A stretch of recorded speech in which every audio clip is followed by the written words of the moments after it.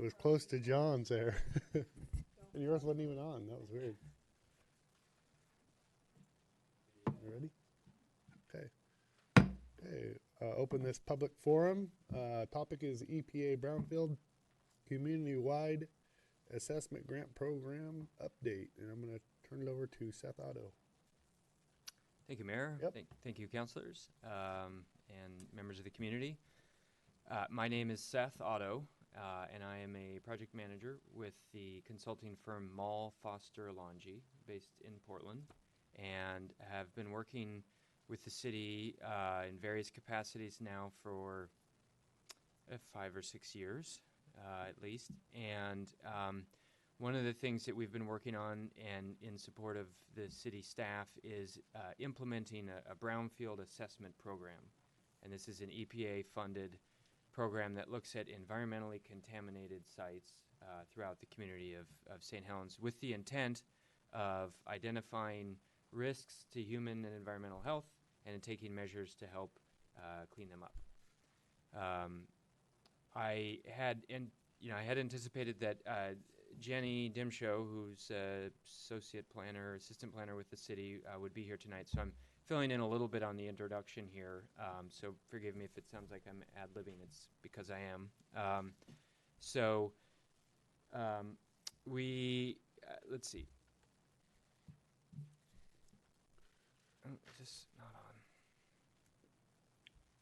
Here we go. So the agenda for tonight, I'm just going to provide a little bit of background, inform you on the work that's been done to date, talk about the next steps, and then happy to take any questions. And of course, feel free to interrupt along the way as I'm going here.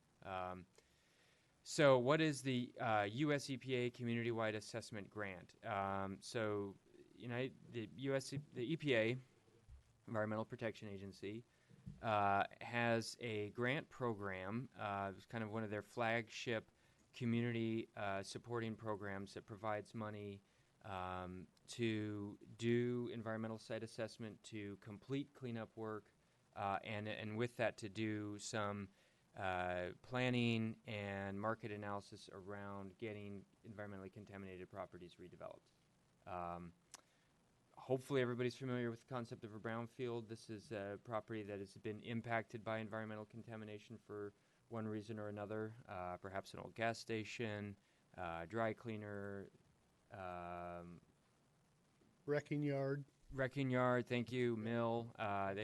They run a broad range, and the contaminants can be in the soil, can be in the groundwater, and can potentially impact inhabitants through vapor intrusion, so things seeping up through the air, through contact with the soil, contact with the groundwater. So they pose not insignificant risk to our communities.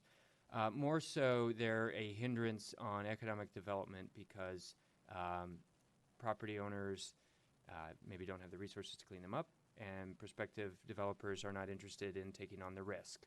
So programs like the assessment grant help to bridge that gap by providing funding for doing the environmental site assessment and helping push projects toward cleanup.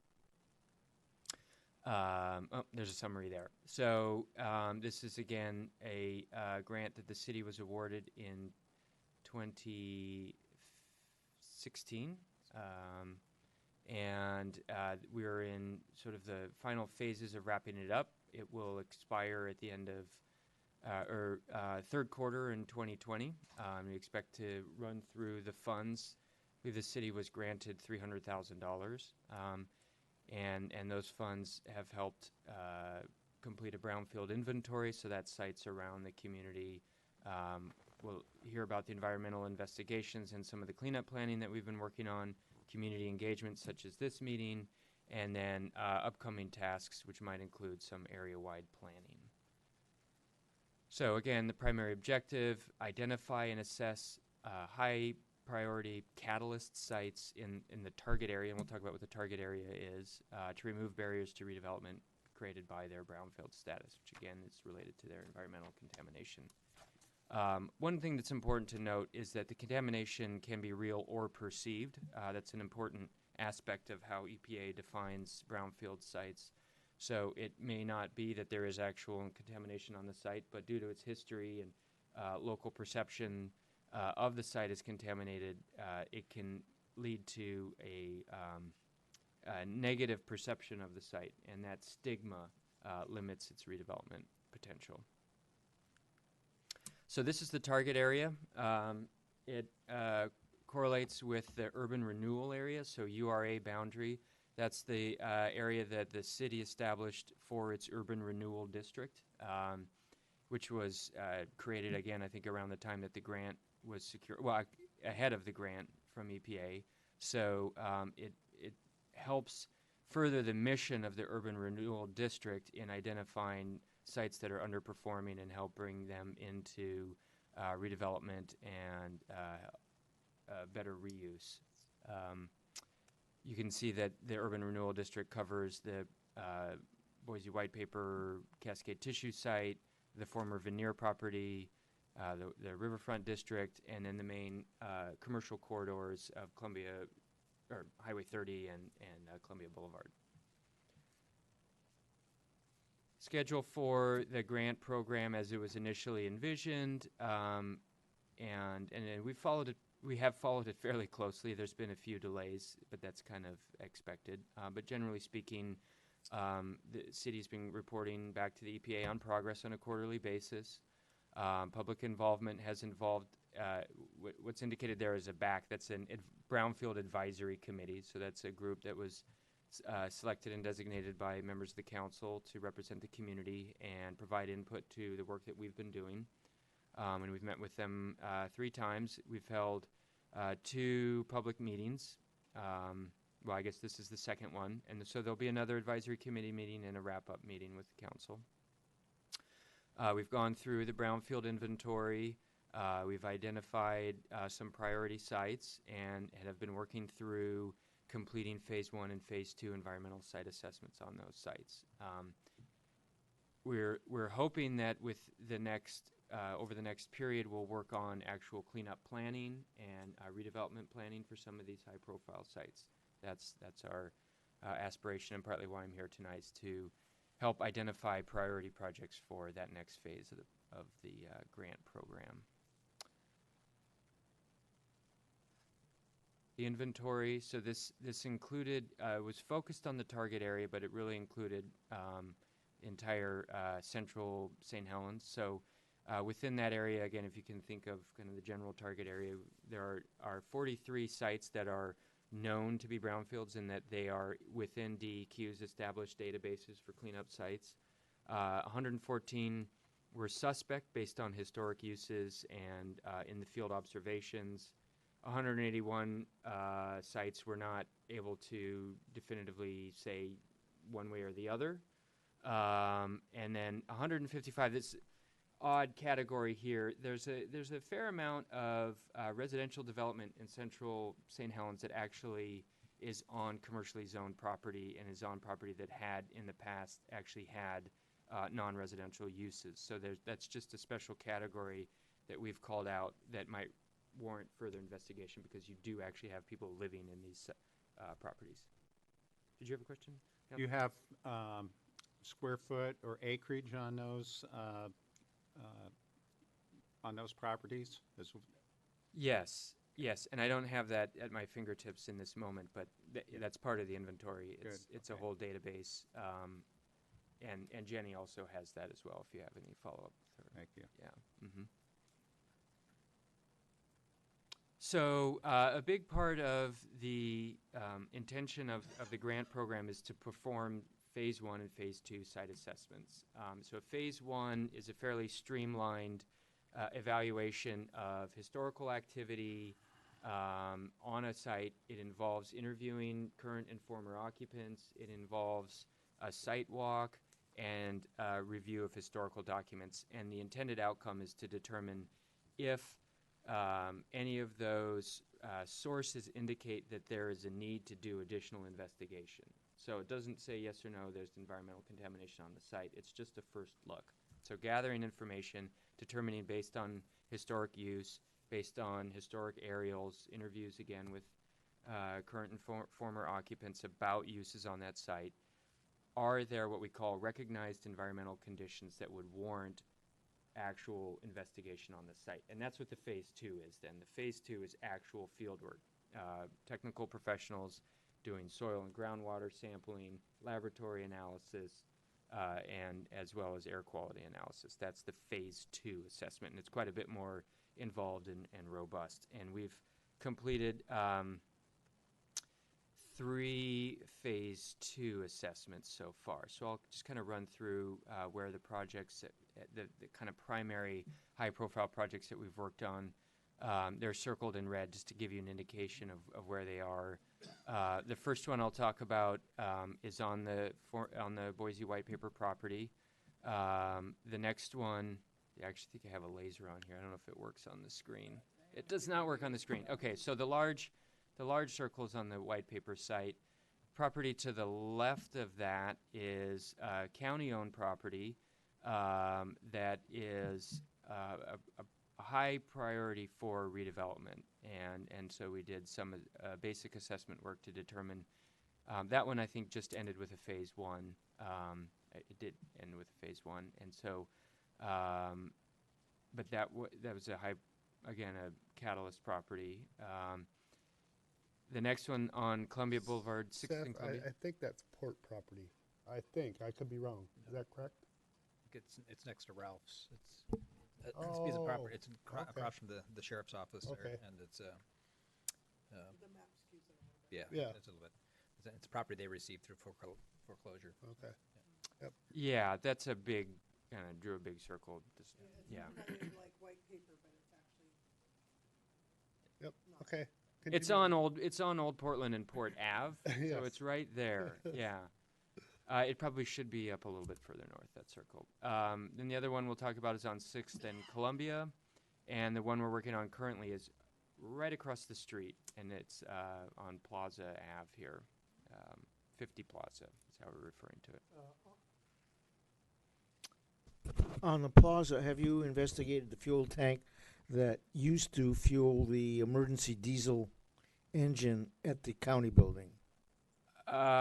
So we are doing fuel tank investigation. It's actually the tank that was on the property. It's impacting neighboring properties. I don't know. There are multiple tanks in that area, so Yes. I can't speak to exactly the one you're Yeah, referring there's to. one almost next to City Hall, and there's one mid-block. There are 2 over there. Right. The other question I have, I know there are classically they used to bury the fuel tanks under the sidewalks in a number of the properties. Yeah. Are they inventoried, or are there any records, public records of them being available? So if they're known to be leaking, they are inventoried. If a tank has registered a release and that release has been reported to DEQ, then it's cataloged. Otherwise, no. Okay, the other major pollutant that is in that area, or in this area that you've got outlined here, we used to have, up until I guess 1920, a livery stable. And in the drainage water, you can still smell where the horses were. Mm. Is that considered a contaminated area? I'm not sure where it is. That's not been flagged up. If you identify the property, it may be in the inventory. It's right Something to follow underneath up. the school system's maintenance facility. We had a very good picture of it on the wall for a long time, showing the wagons and horses and in the barn and all that. Okay. And I just wondered. So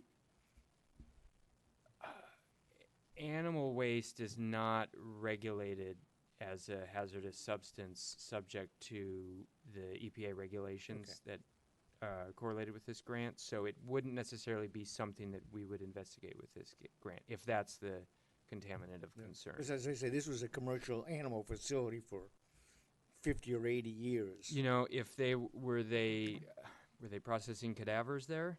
No, just horses. Yeah, I don't think it would be So, but it may be have bugs in it, but it's not legally a contaminated area. Right. Okay. Thanks for the questions. So the first property we've completed fairly extensive assessment of is now city-owned property at the former Boise White Paper, now Cascade Tissue site. And this figure shows the entire property, but the area that we focused on, you can see, is circled with a dotted line toward the southern end of the property. It's a area known as the South 80 landfill, which was used by Boise in their industrial operations and it was a regulated legal landfill. But there is now, it's been closed and monitored, and there is interest in redevelopment occurring on top of it. And so part of the assessment was to determine the risk of the material that's contained within the landfill to current and potential occupants of the property, and as well to determine the seismic and geotechnical geologic suitability of the site for redevelopment on top of it. So we did fairly extensive subsurface evaluation as well as indoor air quality monitoring of the buildings that are located on that property to determine any risk to current and potential inhabitants. What we found, not surprisingly, is that there are impacts in the soil. There's risk for soil if there's direct contact. There are things in there that exceed DEQ's level of acceptable exposure. However, it is covered by a clean cap, so it is completely safe to be present on that property as long as the cap is maintained. Future development can occur with careful, basically minimal penetration of the cap and by maintaining clean protection of anything that does go through the cap, such as a piling or foundation. There's no impact to groundwater found. Obviously, the landfill is generating methane, which is very common in landfills with decomposing organic material. But we found that there was no current risk of vapor intrusion of that methane into buildings on that property. Any future construction would need to take that into account and ensure, and there's technology that can handle that vapor and ensure that it doesn't penetrate up through a foundation. So those are the findings. Again, also there's, as you might expect, variable depth to bedrock there. So any future development would need to be built on pilings, which would require boring through the cap and into the landfill. But again, that can be handled through careful construction and contaminated media management. Any questions about that site? I believe we've covered this before in previous updates. The next one is what we've just generically call the county property on Old Portland Road near Port Ave. And this was a site that, like a lot of surrounding sites, was used for auto maintenance, trucking, storage, auto wreckage. So there is a concern about contamination related to those uses, petroleum generally, a few other minor issues. What we conducted a phase 1 site assessment, so evaluated the historical record, looked also at adjacent properties, interviewed the former occupants, and interviewed adjacent property owners. What we found was that nothing on that property rose to the level of a recognized environmental condition. So there were what we call de minimis, or as that kind of implies, less than serious issues, again, related to historical vehicle storage and maintenance on the site and on adjacent properties. And so our recommendation from that phase 1 is that a phase 2 be conducted that would complete soil surface sampling or surface soil sampling, just to ensure that there is no impact from petroleum product on that site due to the historic uses. again, I think the beneficial outcome from this work is that the county, as the main property owner, was made aware of the city's interest, motivation in getting that site put back into beneficial reuse. It's currently vacant and underutilized. So I understand, and if Jenny were here, I think she could speak more to this, but there is some progress in getting the ball rolling on some development there. Next property, Semling, and I think that name relates to the historic property owner and current property owner. Semling families owned this property on the corner of 6th and Columbia for many years, multiple generations. And there was concern based on impacts from an adjacent former gas station. You can see the magenta building outline there, and then that blob indicates it's a technical term, indicates an area of petroleum impact on their property. And this had hindered, they'd been looking to sell it for redevelopment, and it had hindered some past sales, and they did not have the resources to conduct the work necessary to actually get it assessed and move toward cleanup if necessary. And so the city stepped in here and provided the funding to do the phase 2 assessment that was needed on the property. Counselor, do you have a question? Okay, all right. So we did that in actually multiple rounds of investigation just to really clarify the scale and extent of the petroleum impact on the property, and we found that there was impact, but that it did not rise to the level of requiring involvement from DEQ. So it's manageable. There's no risk of vapor intrusion to any buildings. There's no risk to human exposure, but it's not clean enough to. It's not used for. I should be careful about how I say this. Sorry, it's not suitable for clean fill. So Sure. that soil cannot be exported off of the property. It can be reused on the property, but it cannot. This happens a lot in construction, that excess dirt gets moved somewhere else and becomes someone else's foundation. This soil is not suitable for that, but it can be, if managed properly, reused on site. And as we understand, the property has or is in the process of being transacted to someone who's seeking to redevelop it with a more intensive use, which is absolutely in line with both the priorities of this grant and the advisory committee, as well as the long-range economic development plans for the Columbia Boulevard corridor. So it's a great outcome for the city and the community. Next property, and this is the one we're currently working on right now, what we're calling 50 Plaza. So this is right across from us on Plaza Square. I don't know, Councilor Topaz, if this helps answer your question about the location. This site formerly had a heating oil tank that was decommissioned and earlier this year, but as part of that decommissioning, it was discovered that there had been a release, and that this release is impacting neighboring properties.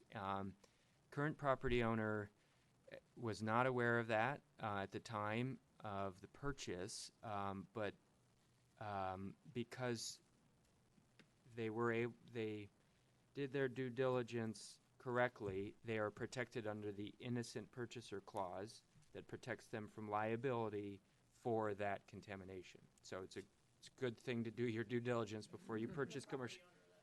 Oh, okay. Oh, this is your. Oh, okay. All right. Yeah. So the tank that I'm worried about is just off to the lower right. It's on the county property.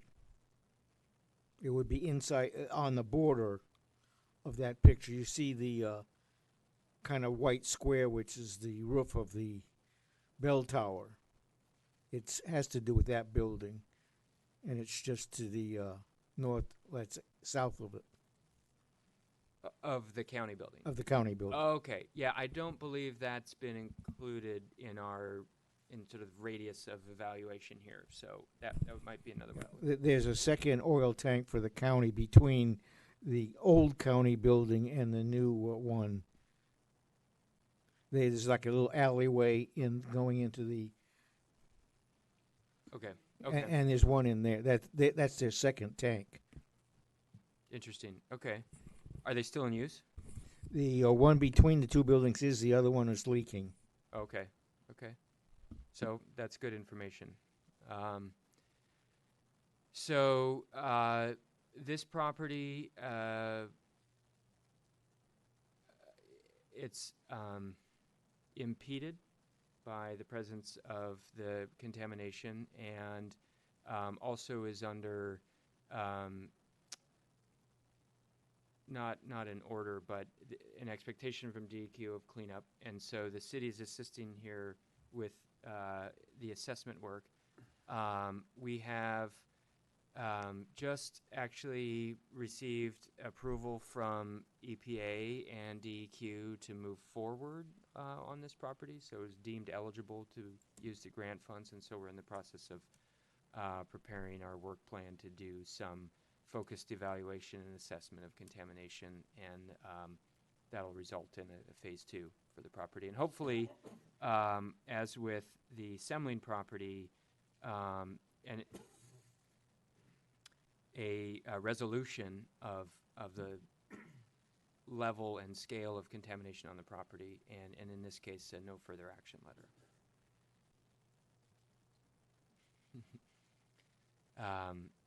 So that's the work that's been completed to date and ongoing. So now I'll talk about next steps. As I said, the grant will be wrapped up in 2020, and we're in the process of drawing down the funds within the grant. But there are funds available to be utilized in primarily in the last task, which is cleanup planning. And so I'll talk about, again, just kind of drawing your attention back to the overall timeline of the project. We're at that last phase of analysis of cleanup alternatives, cleanup plan, area-wide planning. So the eligible tasks under the cleanup action plan task, or subtasks, I guess, include preparing analysis of brownfield cleanup alternatives. And what that is basically on a property where there are environmental conditions that do exceed a DEQ baseline and cleanup is warranted, you would develop this analysis to determine the best course of action. So it's basically evaluating different alternatives based on a set of criteria like exposure to impacts to human health and exposure to the natural environment. Cost. It's kind of up to the community to define their metrics in addition to the regulatory requirements of DEQ, but it can relate to cost, it can relate to carbon impact and climate change impact. And so basically developing a set of criteria to determine the best cleanup alternative. Another subtask that's eligible under this cleanup action plan would be preparing actual design of a remedial action. So once you determine the best course of action through the ABCA, this would be actually the engineering behind the cleanup. So how is it removed, using what technology, where is it disposed of, and kind of what are the technical approaches to completing that remediation of the site. And then the last eligible task is a little bit more longer range and strategic, and that's what the EPA calls area-wide planning, where the understanding is that a brownfield site can have a negative impact on broader community development objectives. A perfect example of area-wide planning is the former Veneer site on the waterfront, where the city went through an extensive framework planning exercise to evaluate impacts from the environment, but also to look more broadly at community interest, desires for long-term development, to evaluate the real estate market conditions, and to develop an implementation plan and action plan for that. So those kinds of tasks are eligible under this grant at a much smaller, kind of more site-specific scale. But in an instance where the city or community members identify an underperforming area that might benefit from those kind of activities, that can be part of the grant as well. And this is where Jenny would step in and say that she's hoping for recommendations from members of the council. She's working with the Brownfield Advisory Committee and other members of the community and key stakeholders to look for properties that might be suitable for any of these activities. Really. Sure. Yeah. Yeah. To help identify them. Yep, exactly. So on the, hypothetically on the Semling property, if I were to buy it and I wanted to take 5 truckloads out of there, do I submit a application to DEQ saying I'm gonna haul it to this landfill that does accept that type of material? Yeah, in a nutshell. Yeah. Okay. Yeah, so it can be removed. Yes. It just would have to go to a landfill that's certified to receive that kind of material. Yep. Hillsborough is the closest one. Sure. Yeah. Yep. Mm-hmm. Could And, potentially. and you know, not a deal breaker, but additional cost. Yes. Yeah. Yep. Mhm. Yeah. Absolutely. But you could hypothetically also dig a hole and keep it on site and It could Cover be back part over of it. site grading for something new. Yeah. Yeah. Yeah. It could be, you know, and to that point, remedial actions like you just described can be part of a purchase and sale negotiation. So Mhm. it could be, you know, that a prospective purchaser might negotiate a reduced cost based on the Knowing need to that that has- export that soil. Yep. Yeah, exactly. There are ways to deal with that that aren't deal breakers. sure.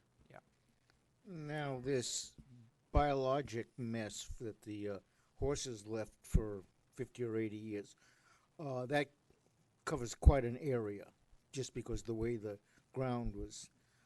Is there any way to handle that? Because obviously that's in the neighborhood. You know, that's a really good question. Again, I think if it's just organic waste, I believe it's not a regulated substance. If it is decaying corpses, then I believe that's a different story. I think that is regulated. Yeah, I'm not intimately familiar with that aspect of the Yes, DEQ regulations, but Cemeteries are hard to move. That I right. know. And the question is, Even animals. since it was a commercial livery stable, we're talking, a lot of animals in a very short area for a very long period of time. Right. So it isn't comparable, say, to a septic tank that contaminated the soil. Right. It greater is what you're saying. Yeah, it's much Significantly. greater. Yeah. Yeah. And again, historically, it was there for a long time. Yeah. And what I understand is that there's now a building on top of it. The Oh, school yeah. maintenance Yeah. is on top of it. Okay.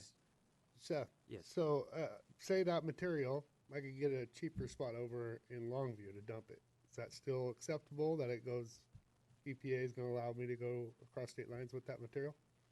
Oh yeah. Yeah. Oh, absolutely. Okay, as Mhm. long as it meets required Yep. landfill. As long as the specs. landfill is certified to handle that material and there's a protocol in place for how you handle it here, Yes. how it's transported, and how it's disposed of. Absolutely. Okay.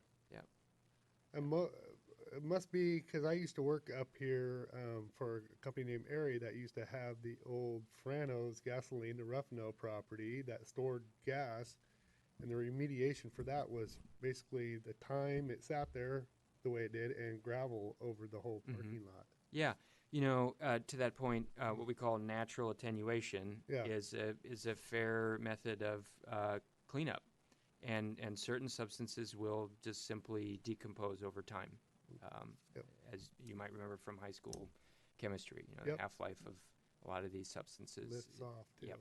Yep. Lifts, yep. Now we have another major dump site here in town, which is not in your colored area. Mm, It used to be called Dillard Lake.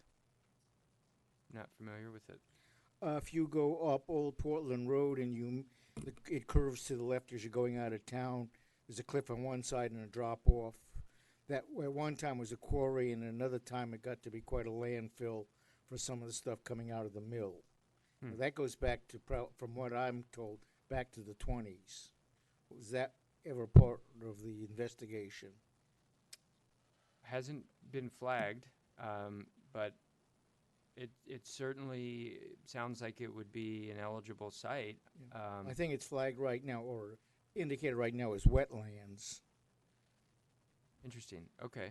So, I mean, as I say, I saw that and just realized, I'm trying to picture. This is where Old Portland. He's talking about right up here on between 4th and 7th Street, off Okay. to the right as you're heading out, Uh huh. down in that wooded area. Yes, That's yes. Cottonwoods and blackberries right, Right. Gotcha. Okay. now. That's where he's talking Yeah. about.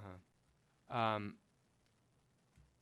Well, And it Is- probably should be looked at. is it public or private property? It's both. Right. Yep. So the critical issue, The you know, city with has private. like 3 lots bordering it. Uh huh. Yeah.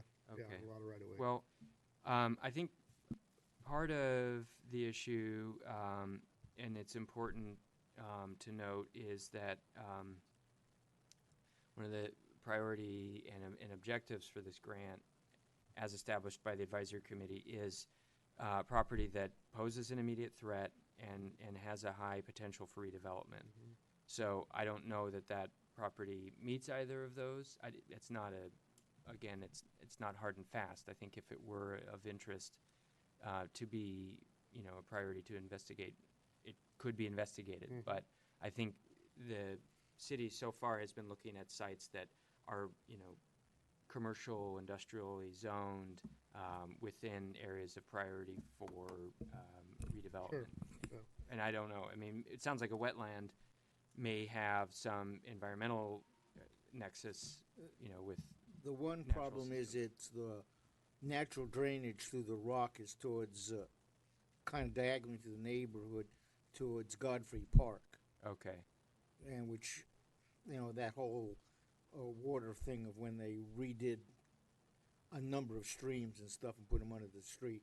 But the plume is this direction, and it's a natural flow pattern underground. Yeah, yeah.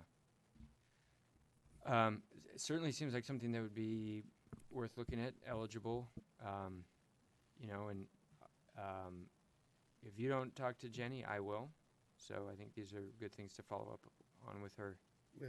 Yeah, Does the property owner have to be willing? absolutely. Yeah, there's no, there's no coercion Just here. checking. No. Yeah, that's, Because, I mean, you can tell a lot of history from the town, but if the property is not willing, we can't go look underneath their sidewalk, no, you know? So that's the thing. I mean, we all know history, that lots of buildings have been here, there, and everywhere, but if the property owner doesn't want you messing around on their property, there's really nothing we can do about that. no. I mean, short of an actual release, you know, some substance. Neighboring impact or something like that. Yeah, exactly. There's no mechanism through this program to enter private property without permission, period. And there's very little actually in the law that allows that. The intent is to work with willing participants Not collaboratively. going door to door checking people's. No. And really, the objective here is not to get anyone in trouble, Right. or worse, to It's a do positive something that creates a bigger problem down the road for them. Right. It's to eliminate barriers to improving things, future development, that kind Right. of thing. It's not designed to get people in trouble. Right. The one thing I will say is that if there is an historic problem on your property, you won't be able to hide from it forever. That's right. You know, if you ever want to sell it, you will have to deal with it. Yeah. So sometimes, you know, ignorance is bliss. If you don't need to sell it, and you're operating on it fine, and there's no risk to neighboring properties or occupants, then there's less of an incentive to participate. But you know, any property owner who's in the chain of title that hasn't gone through a formal due diligence process is in the, EPA establishes joint and several liability. So it can be one person, it can be many people, it can be all of them at the same time, sharing the same responsibility for environmental impact. Well, and that's a problem with corporate America is they have the ability just to sit on it. Sometimes. Correct? Whoosh. Anybody who is not relying on it for a source of income can sit on it, right? Yes. Or isn't, impacting, again, their neighbors or the occupants of Yep. the site. Yeah. As long as it's not directly impacting, even though there's some stuff on site. Yeah. And that's why the current council at the time, which was not me or Councilor Topaz, I think Jenny was involved, but they decided to purchase mill properties is because it will allow you the ability to actually clean it up and repurpose it and right. bring our city back to whole. And the benefit of the city doing that is that there's a great deal of patience, and you went through the prospective purchaser program with DEQ, which cleared the chain of liability. So, Yes. there's a great deal of benefit of doing that. Versus Boise's big enough that they could have just sat on it, Mm-hmm. both properties. Yeah.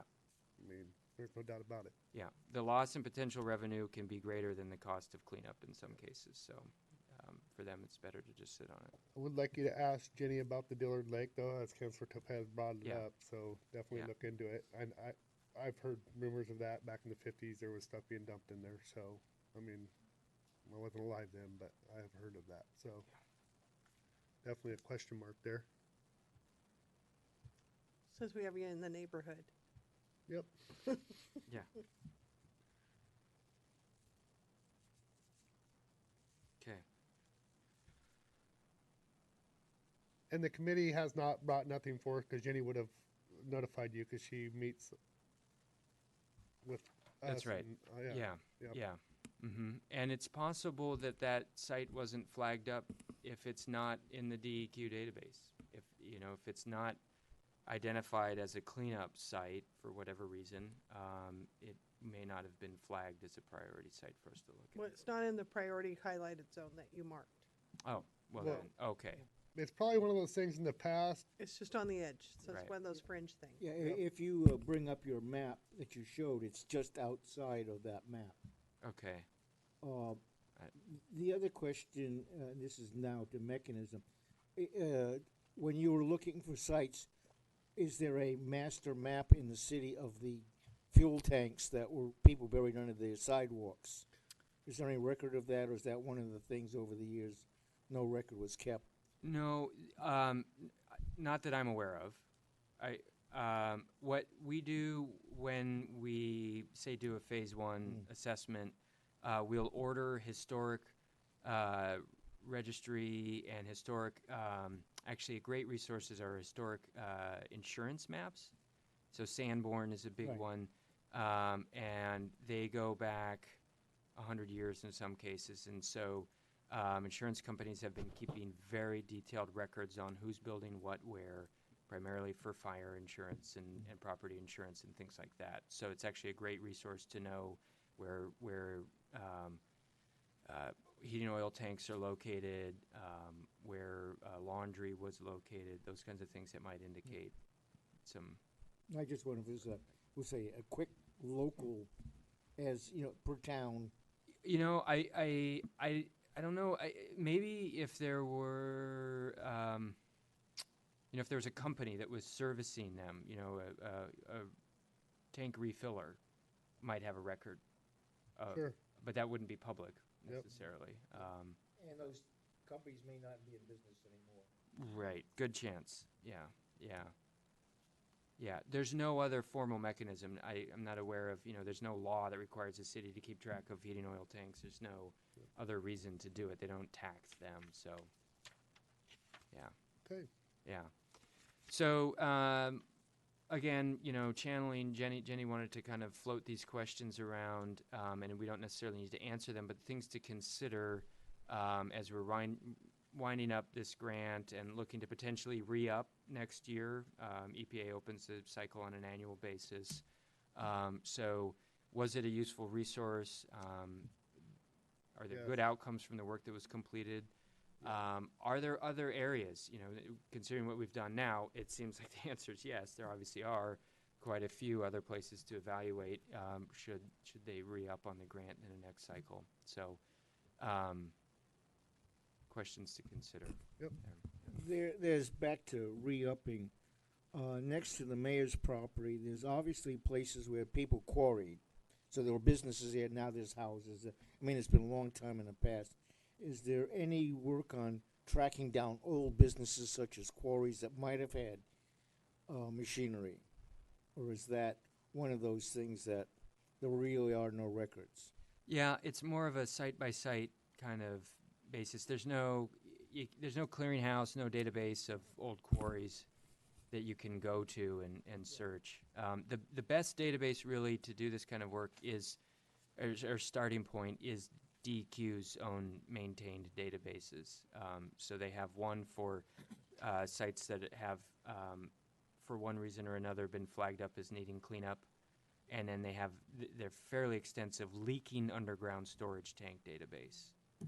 Those are the two primary ones that we typically start with. So when you ask, should St. Helens reapply for the next funding cycle, my answer is yes, when you can take private, unforeseen, some foreseen with some liens. The county probably got that in tax rolls. Mm-hmm. That was just went back. That property probably just went back to them. Able to recapture that land and the former mill sites. Absolutely. Yeah. Yes. Good. Rest of the council, anybody I mean, want to speak up? I don't know that you need to make a decision on this tonight, but No, I yeah. think it is. I mean, everybody looks at it as a scary thing, Seth. I guess is what and it is if you do nothing. Right. But more information out there in the community and more stuff. I think each time people know more about it, might be less nervous, more willing to talk about it, kind of thing. Yeah. That's right. Just going to add that the city has been a recipient of 2 federal grants, area-wide and also the community-wide assessment programs, and projects like this. As part of the federal grant, there's a component where you're required to go back to an EPA meeting, and a couple of years ago I went to one of these meetings and talked to people from around the country that are doing a lot of these kind of projects real similar and running programs through their local communities and getting projects revitalized and back on the tax rolls and having some success. But it was also pretty astonishing how many people had trouble spending the funds.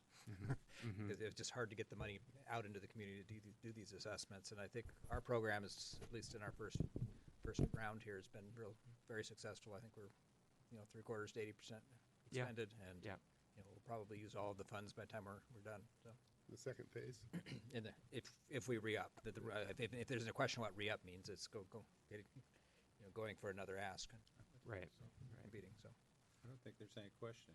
Yeah, it's part of an economic development strategy, part of our community development strategy. It's getting these properties that are in good locations but have real or perceived contamination and back into productive use. So,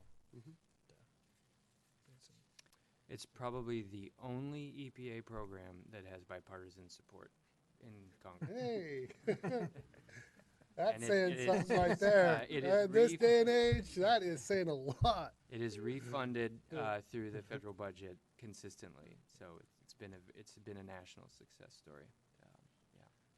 Is there anything else Jenny would say if she was here, or would she yield it back to the mayor to close this? Just curious. I'm just trying to think about conversations we've had. I think these are the questions that she genuinely has, and I think I have to assume that she'd be pleased to know that there's resounding support for the program. So I think it's more a matter of not if, but what to do. How to proceed. Not if to proceed, but how to proceed, I guess. Sure, we got a few minutes. Is there any public comment? Come on up. Jennifer, you have to state your name for the record. It's all part of the... I know you, but the record doesn't. My name is Jennifer Pugsley, and for the record, I'm the owner of 50 Plaza Square, but I do reside at 1300 4th Street in Columbia City. I have to say I'm thankful for the program. I really encourage you and happy to see that you want to continue to do that. I'm kind of curious what happens if you're in the middle of an assessment or project and the year runs out of 2020. We'll get it done before then. Okay. For sure. So just for the record, I've had to spend, or I've spent in excess of $10,000 in testing and decommissioning of the tank that was in the sidewalk in the front of my building. And thankfully, Jenny came to me and said, there may be help. What I'm stunned by, I guess, is that with the consolidation of all the historic buildings down here, with the Rose Garden that used to have the Dillard building, there was, in that parking lot, there was several houses, Liberty Theater, different things that were there. How do you possibly know which tank it came from? Most likely, they would have all been supplied by the same Could've. oil company, right? So if they're, Could have very well, hey, we need some more oil. Give me 20, you give me 20. the We're all private tied company together. that I had hired said the molecules look different. As a regular citizen, I'm kind of thinking, it's kind of hard to believe, but historically, I know it looks like they very likely could have had oil tanks also. Yeah, yeah, So- no, that's a good, it is hard, but I think they're, not being a scientist myself, but working with them, that's my understanding as well, that they're unique. Yeah. And there's carbon dating processes that laboratories can do, and they can Okay. narrow it down. And finally, I'd just like to say that I'd really like you to, if possible, to really spread the word, because, I kind of got the word when I was already $10,000 deep, heading Sure. towards 20,000. And in the money that I put into the building, it could have been really made it so it didn't happen, so. Yes. I had a question for you. Okay. As somebody that's in real estate, that's been in real estate for a while, do you think this is a valuable tool? And do you think there's a better way that we could get this information out to real estate agents? That you might have a property that's listed or somebody might want to sell it, that this is another tool that is just out there? So the local real estate board of realtors meets the third Thursday of every month. Jenny certainly could come speak to us there. I just thought the more Yeah. communication that people know what's exactly. happening, it's just another tool. It is scary, so Because for some me, old properties Yeah. sit there because people are afraid. right. You opened up this, little tin can and thought, holy cow, what'd I get myself into? Yeah, I have to say that that's where I was. I was thinking, well, I should have just left it the way it was and let it continue to spread if that's what it's doing. But Right. I wanted to do it the But I right mean, way. it detours. Yeah. I mean, for property owners that own in our historic district, this is a tool that, Well, and I will say that now my Please, building, now revitalization. that it's tagged by DEQ, not that I have any desire at this point to sell the building, it's flagged from what I understand. So Right, yeah. that becomes a problem. Not as a result of this program, I No, just no, want not to a make that result of clear. this Yeah, program, no. but that, From the yeah, testing, private the- testing yeah. that I had done. Mhm. So they Yeah. reported to DEQ because it was in excess of The amount. the amount. EPA allows, yeah. So they went as far as test holes into the Rose Garden next door and into the plaza. And then we stopped them because it just doesn't make sense. Like I said, there's so many consolidated early buildings down here. Yes. It's very interesting as well. The fire of 1904 burnt many buildings that had lead-based paint, and that has contaminated some soils in various spots as well that no one would have ever thought about Yeah, until you start to find out. And so I really agree with this assessment of what as a first phase is going through that to really understand what's in the soils underneath my property. Well, I've been a real estate broker for 25 years, and so it seems there's different hot buttons through the years, like radon is the big thing now, and lead paint, mold, different things. And a lot of it was very challenging for us to not have sellers just go dig up their tanks quickly before they marketed their properties, because what they didn't know, they didn't know. So I think your biggest challenge is getting people to do the right thing, so it stops the contamination.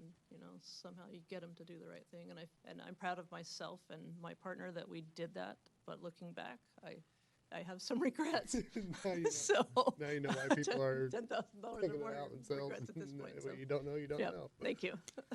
Can I ask you a question? Obviously, you're selling many properties, and some of them are fairly old. Is there any recollection in your mind that everybody used to have an oil furnace, and where was the supply tank? And obviously, you know the area more As a practice, we always have a company come out and do a tank locate. If we're representing the buyer, we always do that, every time. There's also, you can always, a lot of times next to foundations, see ghost lines where the copper fill lines were either in the basement or on the outside, depending on if it's Okay, now you've got that information for this property. You Is have there to any major disclose it. registry of that? Or is it just you know it, you and the buyer and seller now know about that? I mean, in my opinion, most buyers aren't going to go through a purchase without some kind of testing. Okay, well, I'm not worried about that. Yeah. I'm worried about, you found out there's a tank there. Mhm. You don't have to tell anybody else. That's, I mean, there is You're no- required to report to DEQ if the test goes over a Yeah, certain. no, you just found there was a tank there. Okay, You don't know whether it's good, bad, or Okay. indifferent underground. right. But you don't have to report that there's a tank there. It's just your negotiation with the Not that I'm buyer and aware seller. of. Yep, not that I'm aware of. Okay, So, thank you. Okay, we got just a couple minutes left, because I'm gonna give Lisa a couple minutes to click off and click on, because it takes some time for our next meeting. Any other comments? Okay, Seth, thank you for your presentation. My I'll pleasure. tell Jenny you did a fine job in her Okay. place, okay? Good. Okay, we'll close this public forum. That's yours. Yeah. Yeah, and this is yours. Can I have this? All right, thank you. Appreciate it. Big man.